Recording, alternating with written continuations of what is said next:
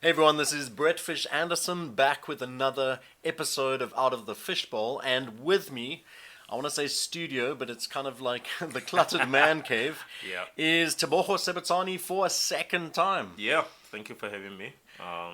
Excited for this conversation. And I think it's going to be quite a hectic one as we are going to look at this topic of speaking truth. Yeah.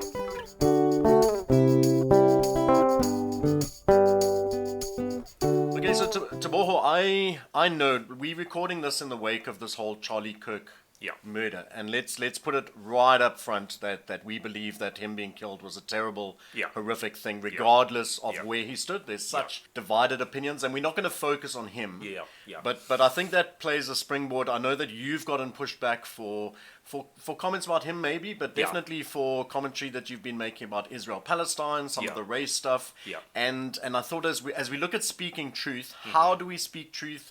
Where do we speak truth? How do we know it's truth? Yeah. I feel like those are going to be important things to look at in this conversation. Yeah, I mean, for me, the Bible is my guide when it comes to speaking the truth. But I wouldn't just say the Bible. I would say Jesus is the mirror.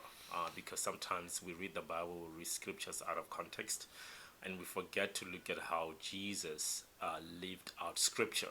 And can we move towards that? Yeah. But say up front that this isn't a conversation just for Christians. No. So let's start just speaking for everybody, like Yeah. what is speaking truth, and then you Yeah. and I are both people trying to follow Jesus. Yeah. So let's end with that maybe, Yeah.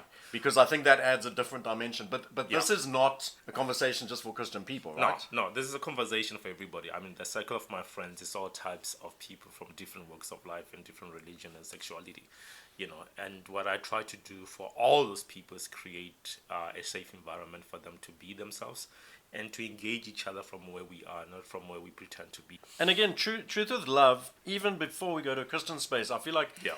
like if we as humanity could figure that out, if we could adopt that, how do we speak truth? How do we disagree with somebody but still have kindness, still maintain integrity, still have character, things like that? I mean, it's a double-edged sword for me. It's like truth and grace, you can't just, What do you mean by grace?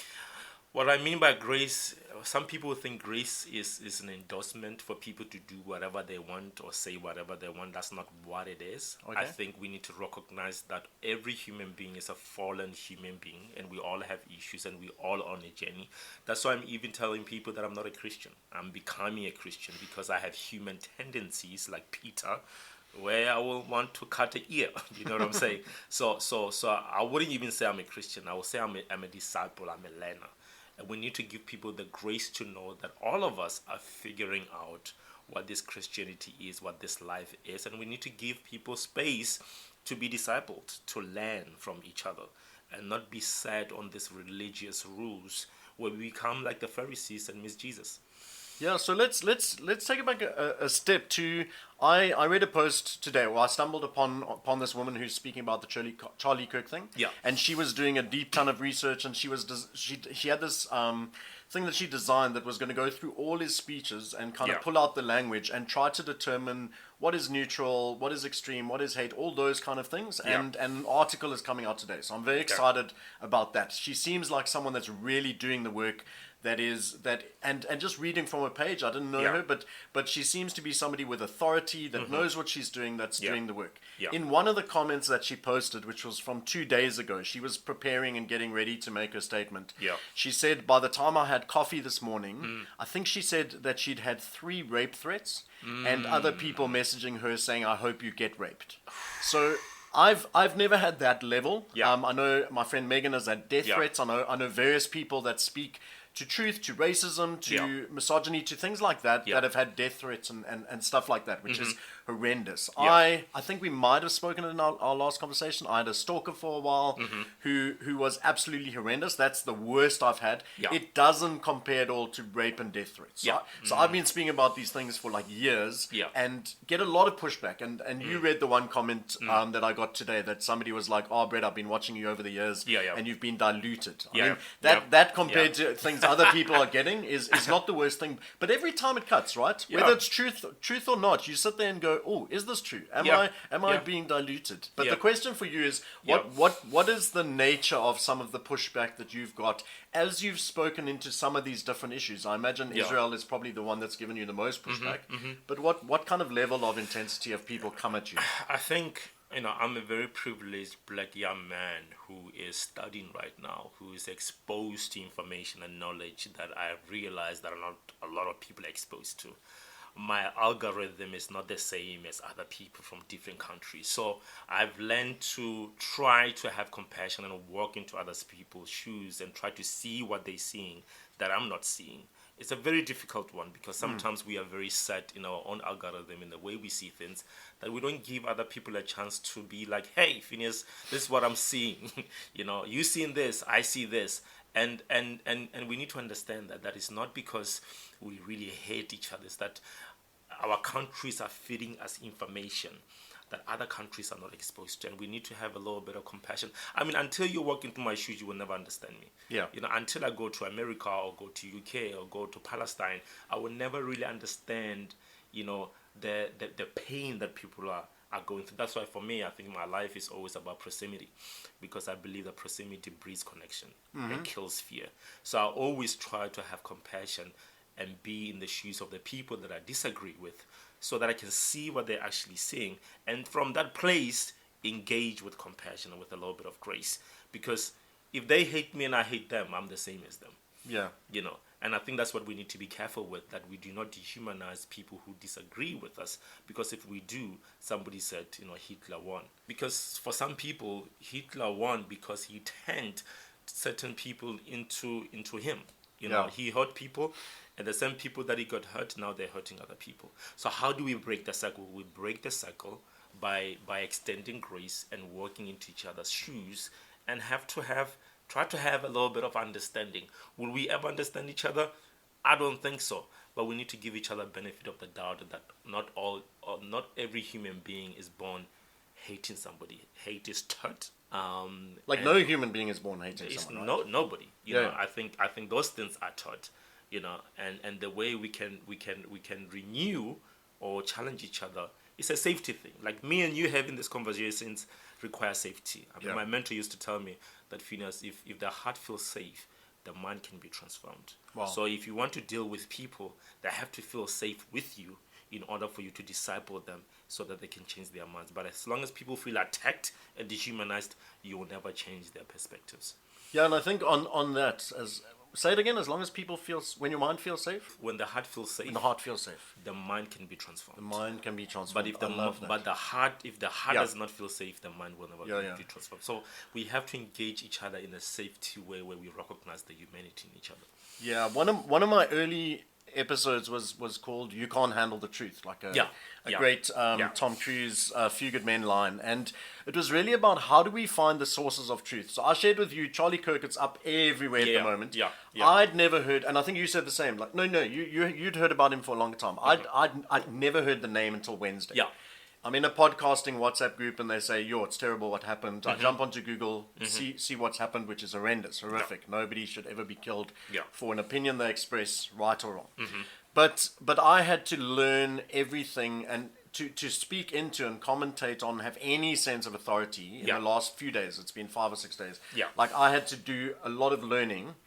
I know how I trust truth in those situations, and part of it is that connection. Like, who do I feel safe with? Who has proved themselves? So who are the people in my life that have actively over time shown that their opinions are good, are truthful, that they do the work? And so, like, this person that came on and said, Brett, you're getting diluted, that's somebody that hasn't engaged with me for 15 years. So while I will listen, while I will take the critique, while I'll stand in front of the mirror and go, is this true or not? The opinion of Amanda, who I'm married to, the opinion of people that I've walked with for 5, 10, 15 years, that have shown that they love me. One of the things I mentioned was that this dude was nowhere to be seen when I got divorced, and I was in my darkest period for 3 years. So your voice has less meaning. You haven't shown that you care about me. Exactly. And so you lose some of the right, so not all of the right. But how do we surround ourselves, I think, is the question. Like, there are people I trust, because I couldn't trust myself in this situation because I don't have any information. everything online is Yeah. debatable. People Yeah. are telling me everything I listen and post, no, you're taking it out of context and this and that. Yeah. But then there are people that over time have proven, and there are a lot of them, Yeah. and they are saying this guy was problematic. And so for me Yeah. to go, yeah, he's probably problematic then, because that person said, and that person said, and that person said, and they've built up the trust you were talking about. I mean, for me, it's like, what was the fruit of his conversations? Yeah. If all that people felt was shame and guilt and condemnation, if that's the fruit of the conversation, don't tell me that's Christ-like. Jesus did not condemn people. You know, he spoke dignity, he spoke life into people. People's lives were transformed. But if I'm going to go into public and just condemn people and expect no pushback, I'm being an idiot. You know, so I think for me, how we engage as Christians when it comes to bringing people into the kingdom, we have to be a little bit sensitive and understand trauma. Yeah. You know, there's women who get raped, you know, and get pregnant and do abortion. You know, we can easily judge that person. But imagine being against abortion, but also being against adoption at the same time. Being pro-life, but saying nothing about the children who are being killed in Palestine. Yeah. You know what I'm saying? So we have to be consistent as Christians with what we are against, you know, and understand that it's not about what you're against. It's about what you are for. And Christians should be known more for love than for what they are against. Yeah. But unfortunately, Christians are known more for what they are against more than they are known for love. I mean, the Bible says you will know them by love. Yeah. You know, that they come from me, they belong to me, they are disciples. But unfortunately, Christians are more known now for judgment and condemnation than they are known for loving people who are not lovable. Yeah. You know, I mean, the Bible says love your neighbor. You know, the truest form of Christianity is how you love your neighbor. I don't care who that neighbor is. If you can't love your neighbor, don't tell me that you love Jesus. Because your Christianity will be displayed or will be revealed in how you interact with your neighbor that does not look like you or talk like you. Yeah. So we're speaking speak truth. You've given us this kind of blanket speak truth in love, and I think that if we, which is kind of what I mentioned about that guy, like he showed a lack of love when I needed it, so suddenly speaking, your voice gets like nullified a little bit. Yeah. But when it comes to issues, so there's Charlie Kirk, there's Israel Palestine. The next big controversial issue comes up. You've got no kind of understanding of it. It's a new issue. It's not in your wheelhouse. Yeah.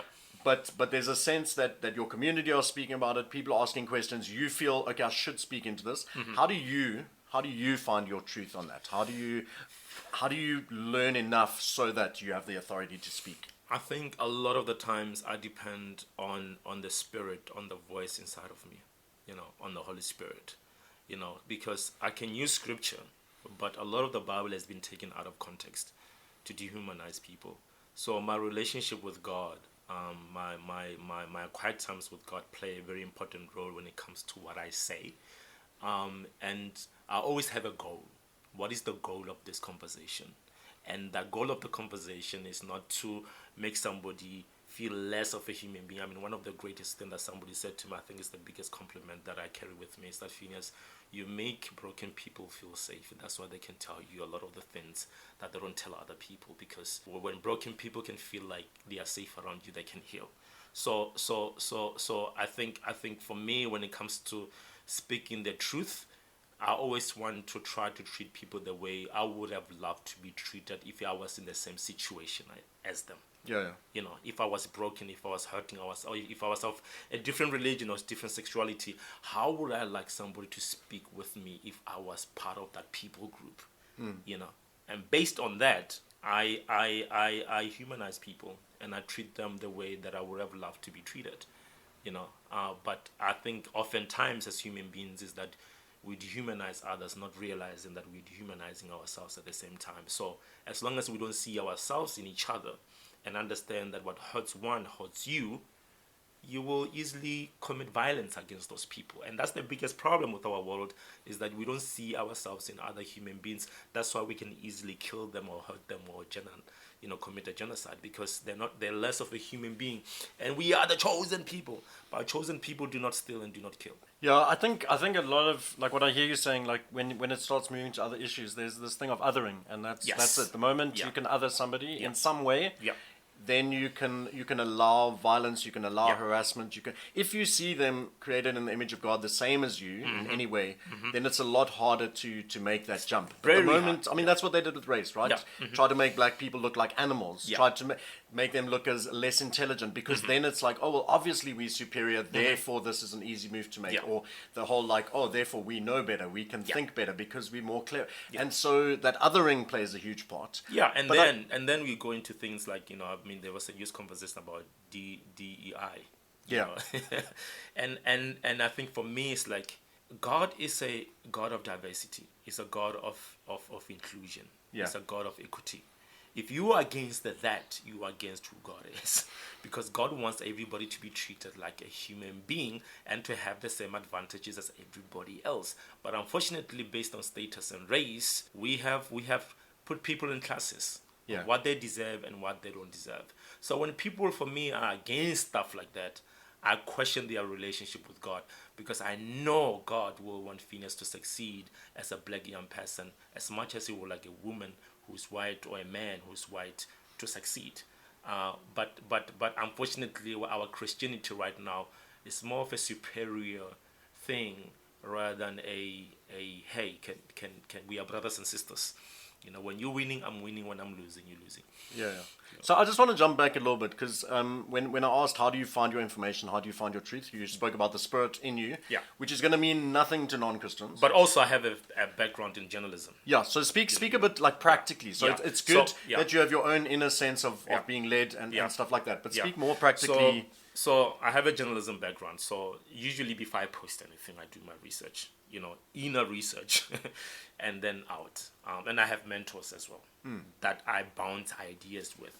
So a lot of the conversations that I put online that are uncomfortable, I have those uncomfortable conversations in private. That's not like the first step. You've already put a whole bunch of things. I refine my thoughts with my mentors. Sure. I refine my thoughts with my fiance that I'm going to marry very soon, who's a pastor, who's a missionary, who's more biblically sound than Phinius is. So I have a soundproof in where I filter what I'm thinking, before I even put it out there, because I realize that life and death is in the power of the tongue. I realize how much I can damage, and how much I can build. But I don't just say whatever I say because I want to say it. A lot of it has been filtered through mentors, but I also put myself in a place where I'm teachable. Sometimes we have to put a disclaimer and say, hey, I'm willing to learn. If I'm wrong, please do correct me, but correct me, don't belittle me. Yeah. You know what I'm saying? So I think we need to be very careful that our truth does not become the truth, but we have to also accept that not everybody's gonna accept the truth. Yeah. Because the truth is hard. If we have to speak about apartheid, that's a hard conversation. Yeah. Are you gonna push back on some of the things? Probably. Why? Because they're triggering. Yeah. But we have to learn as human beings that just because you feel uncomfortable about something doesn't mean it's not the truth. Yeah. But I feel like we are so much attached to our feelings that we're not willing to accept different ways of thinking and doing things. So I really love what you said about this idea of working on your thoughts and kind of feeding them through the food process, in a sense. Like you bounce them off mentors and stuff. By the time you come to social media, those aren't original thoughts. I think a lot of people on social media, it's instantaneous. You see a thing, you fire back a thing. Yeah. And what people like us have done, I mean, I've been kind of speaking into things for years and years. Yeah. Like we become better at checking our sources. So I get it wrong from time to time. These days it's hard to trust videos even because AI, all that kind of thing. But generally 9 times out of 10 I will have checked a source. I will know the person posting it. I will trust, and there's kind of a line of that. And I think doing the work is such an important thing. And you spoke about, like, before you post online, so many things have already been processed, so that what comes out is a really finer form of what needs to be said. And look at the fruit of the people that you listen to. What is their fruit? I don't just take information from anybody. It's like, what is the fruit of this person in their lives? What does it look like? Because there's a lot of influential people that I listen to, but I realize that some of those leaders get it wrong. Yeah. And they're human beings. Yeah. I found restoration in the middle as a bridge, and that became part of my mission in life. is to bring people to the table, rather than talking over fences and walls, because that doesn't help. Well, maybe that leads into this, which I think is one of my last two questions. Why do you post? Like, why do you speak into these things? Because from my own perspective, it takes time. It's exhausting. There's no win, right? The hope is that you can maybe educate people, that you can get people to be thinking about it, you can change people's perspective on something. But there's no like big, like, we're not making money off it. We're not winning awards. We're not generally like, when you're talking about controversial things, you're at least getting as much pushback and belittling and threatening and whatever as good stuff. So so what is the win for you? Like, why put yourself through that? I think there's people who I really don't want to speak, but people send me inboxes and ask me what I think about these things, because of what I'm studying and what I'm doing right now. And when people are following you as they follow Christ, and they trust your opinion around things, you have no choice but to actually tell them what you think and what you feel about the space. I mean, leaders have a responsibility to speak life into dark situations, and I think some people consider me as that. And sometimes I speak on those things, especially when I don't see the church speaking about them. I feel like it is my responsibility to say something about them, because if I don't say anything about injustice that is happening in the world as a Christian, it says something about where I am and what my relationship looks like. So I've chosen to really speak also because God has called me to be a prophet and to be a peacemaker in those areas. So I don't speak for the sake of, somebody's I'm gonna get a like, or I'm gonna go viral. I'm not interested in any of that. I speak first of all to make people uncomfortable, to be honest with you. And that discomfort is not just their discomfort, it's also my discomfort. Because I want people to like me. Yeah. I don't want to lose missionary support. But unfortunately I do. I lose friends. I invited a friend to my wedding, and they said they can't come to my wedding because of me supporting Palestine. Sure. And this is somebody I regarded as a friend. Yeah. But I realized that in my standing for peace and justice, there are consequences. And I'm not a special one or the first one. It happened to the apostles. And Jesus said it himself. This world, because it hated me, it will hate you also. So I have to do away with being a people pleaser. Yeah. And be validated by God. Be comfortable with that. Because if you look for validation from men, you're going to lie, for the applause from men. But I've come to a point where I'm very secured in my relationship with Jesus, that I can speak about anything without feeling somehow, because I'm not here to please people. I'm not money, I'm not chocolate. I'm here to please the Father. And whatever the Father tells me to speak, even if it's uncomfortable, I will speak it. If I get it wrong, I will humbly accept and learn and grow and become better. But I'm not somebody, I'm allergic to injustice. I'm allergic to racism. I was not raised by this white woman from Britain who I gave a lot of gray hair to keep quiet. She didn't raise me like that. She raised me to stand up for what I believe in, no matter if I'm the only one standing up for it. And I think this is where we find each other. Like we made a little TikTok video before. Like, why are you having this conversation with me? Like, allergic to racism or allergic to injustice. I think we're both on the same page there. Something that resonated. I mean, you spoke about inboxes in a different context, but for me, the answer to that question is, many times over the last 15 years, as I talked primarily about race and injustice in South Africa, and as I've moved on to other topics, it will be in my inbox where I go, oh, that's why I do it. Somebody messages me and says, hey, I used to think this, or I was really irritated with you, And I mean, one of the most beautiful stories, one of Amanda, my wife's bridesmaids, like one of her best friends, will speak openly about how she used to get irritated with me, Afrikaans woman from Stellenbosch, and she'd get irritated with my posts. We'd done a Namrock together, which was this worship event in Namibia, so we knew each other from there, so she was following me, and then just like, I need to unfollow this guy, and got really close to that, but pushed through. And now she's leading like a heritage race walk in Stellenbosch next week. like she leads the stuff. There's another woman in PE who the same. Like I used to get so irritated by your post, and they used to and then I just kind of stuck with them. And I think it was because of the love and the grace and how they were produced. But now she's an advocate, and she sends me blog posts, and she sends me this, and that for me is the reason that in these conversations, and I think we spoke about this before. It's not the person you're arguing with that's going to change. It's the audience. It's the people that are sitting quietly. It's the people that over time see your attitude and listen closely and go, let me think about that a little more. And you know what gives you authority in these spaces is your fruit. Yeah. You can't argue with the fruit. Yeah. If the fruit is love, you can't argue that. You can't accuse Phinius of being hateful. You can't. You just what evidence do you have? Like, come follow me. Come watch my life. Watch my life. I've been through enough and had opportunities to hate. But didn't. And I think for me that's the thing that we need to. I don't block people that I disagree with and have different opinions, because if I do, I'm depriving myself from learning from that person and from them learning from me. They may disagree for a day on a post that I posted, but I'm not gonna block you. You're still gonna see my stuff. I mean, you invited me to be your friend. It's not me. You did that. So if you're gonna unfollow me, it's gonna be your choice.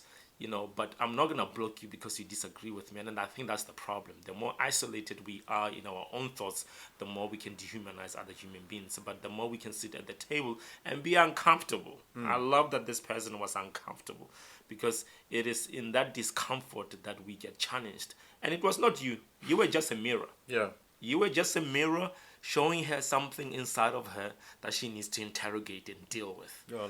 And I think that's the thing for me. Is like, don't block, don't cancel. Jesus does not cancel people that disagreed with him. He loved them, and I think we need to learn to do that as Christians. That people have different views, and I think that's something that I will say I appreciate about Charlie, is that he created an environment of dialogue. Even though I didn't agree with his delivery, but there was a space for people to have conversations. And I think one of the things that he said is that the minute we stop talking, violence becomes the last result. But the more we talk, hopefully we'll find each other at the table. But it's not just about creating an environment. It's how you talk with people, the tone of your voice when it comes to broken people. Like, if you break a glass right now and you pick it up without gloves and it cuts you, whose fault is it? Is it the glass or is it you? It's you. You knew that thing was broken and you picked it up carelessly. But if you have gloves on and you picked it up carefully, then there's nobody there to blame. And I think as Christians we need to be a little bit gentle with broken people, knowing that we live in a broken world, and the way we approach things should be a little bit gentle, not harsh. Well, let's finish this. I think we've spoken a lot about Jesus already, and that's where I want to end, because I believe this conversation is bigger than just for Christians. I think it's for everyone. And I really liked what you said about the fruit. I preached recently in church about James 2, which is that thing of like, oh, cool, you believe. Like, let me show you my faith by how I live. And that thing of if your fruit is not there, then your words don't really matter. For me, like years ago now, I got involved, I think it was when I first got involved with Bottom Up, which is an organization doing incredible things in schools. And it was like, I believe in what I do online. I believe in the social activism. I believe in challenging people's ideas. Online gives you a greater reach than in real life. I think there's a lot of value in there. I think there's a lot of waste of time and smoke screen and all of that in there. But I 100% believed in that. But I sat with this thing of what if this is all a waste of time? I need to be actively making sure that offline I'm actively involved in something that's making change. And that has been always the benchmark. I do believe more than a lot of people, like people will just dismiss online completely. Like it's part of our real world. It is part of the world. But I don't think there's value in only living there. And so what are you doing? What are you getting involved in? What is that connection? And so maybe if we just finish off, and I think we have covered this a lot. Like I think this is relevant for everyone. But as somebody who is trying to follow Jesus, what is that extra element of relevance? Why is it important to be allergic to injustice? Why? Surely there's this Christianity of just make people Christians, they go to heaven one day. But Jesus, I think, speaks into life now. The Lord's Prayer, like your kingdom on earth here as it is in heaven. Not one day later, not in the future. Being a follower of Jesus for me is about impacting my life now. Do I look like Jesus? Do I sound like Jesus? Do I pitch up with the posture of Jesus? Yeah. How much more relevant? Like, what does that add to this conversation for you as a follower of Jesus? I think a lot of the things that I post online have a lot to do with my association with those people offline. Yeah. I have friends who are Muslims. Some of them I'm studying with them. We go on marches, together for a free Palestine. And the amazing thing is that you see a Jewish person, a Muslim, and a Christian having a conversation about justice. So I live in proximity with those people. I have girls in my house who, one of them is Muslim, and one of them is lesbian. There's a proximity there in terms of our engagement and conversations, and having to address trauma and how trauma changes people, how much people need healing, and creating environments for people to actually heal and become better. So it's not, I don't just post things for the sake of posting them from a book. These are lived experiences with broken people. My friends are gangsters. Some of my friends are prostitutes. So my engagement and my love for Jesus is challenged not just online. It's challenged. And there's a soundbite that can life. be taken out of context. You can.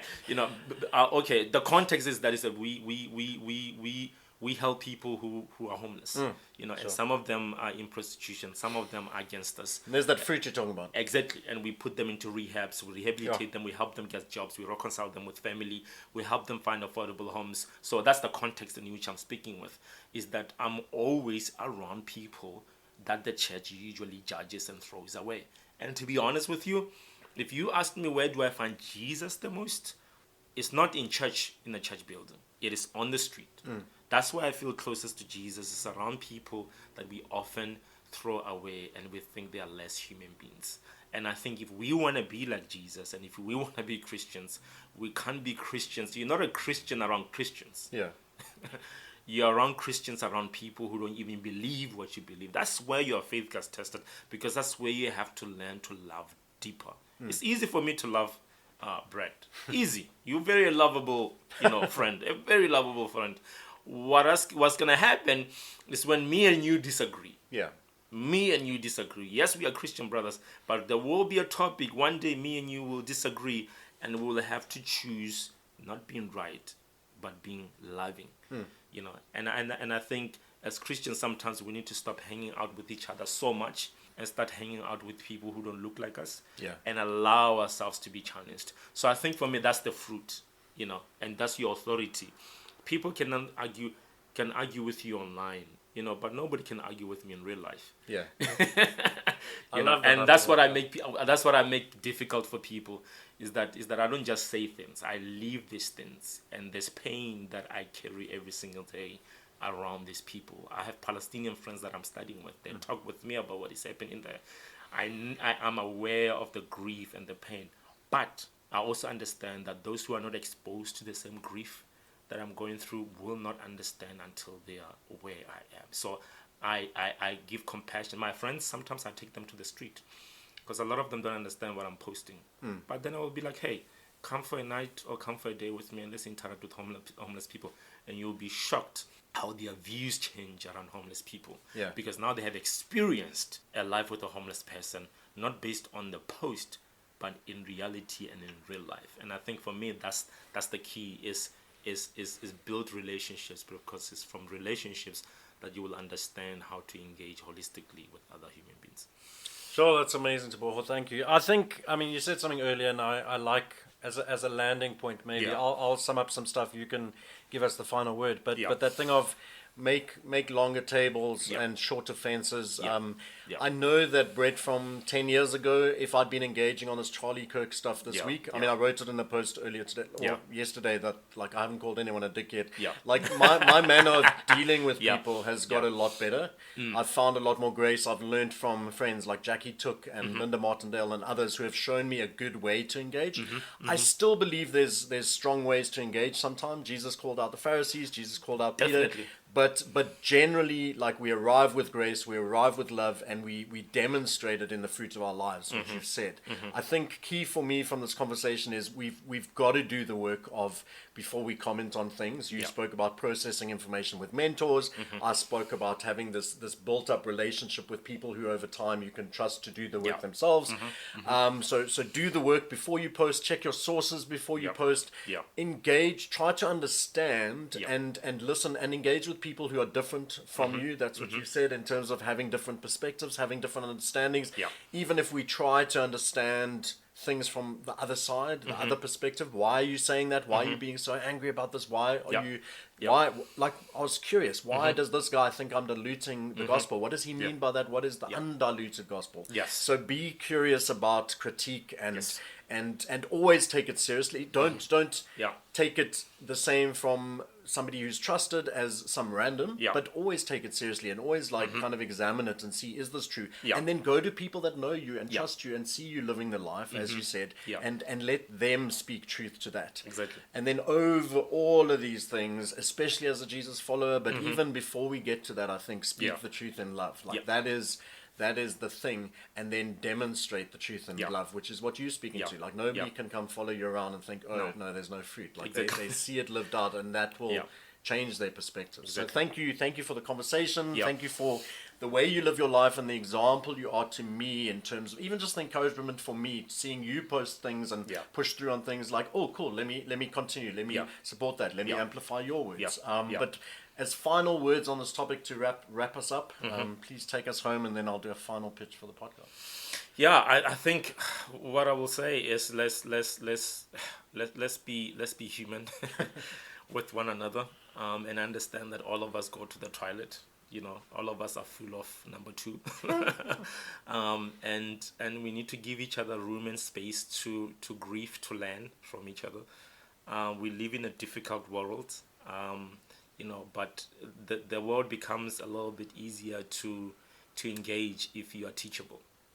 I think pride is our biggest enemy. Fear is our biggest enemy. Idolizing is our biggest enemy.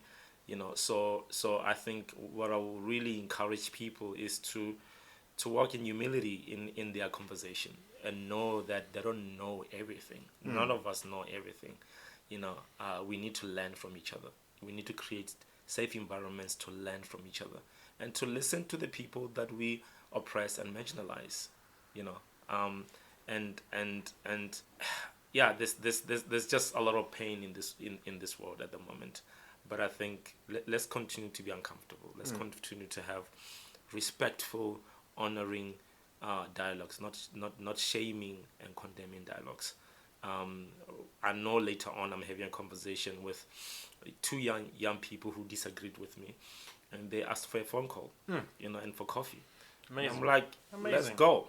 So sometimes we need to take the conversation from online to offline, and sit at the table and see each other and feel each other. That's key. Just don't lose that, because that for me has been key.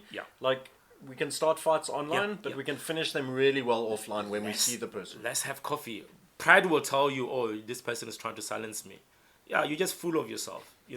Get off the high horse. Let's meet and let's have coffee, because I'm telling you, the minute we can see each other as human beings, the conversation changes. And I have receipts for this. Every single person that argued with me online that I took for coffee had a different perspective after the coffee, because we had coffee, we had nice food, and we had a human conversation, and that led to reconciliation and to peace. But as long as we become keyboard warriors and we don't learn to sit at the table with each other, we will not go anywhere. So I will encourage that. Take the conversation from online to offline. Have coffee, have tea, and let's continue to be uncomfortable and grow and learn. Teboho, thank you for your time. Thank you for your words. And just to remind you that if you found this helpful, go and check out other Out of the Fishbowl episodes. Our last conversation was more focused on race and names and important things like that. But if you found this helpful, then tag a friend, directly invite someone to listen, because if this is helpful, it will be helpful for someone else. And share, do the things. But this has been really, really great. Thank you so much. Pleasure, bro.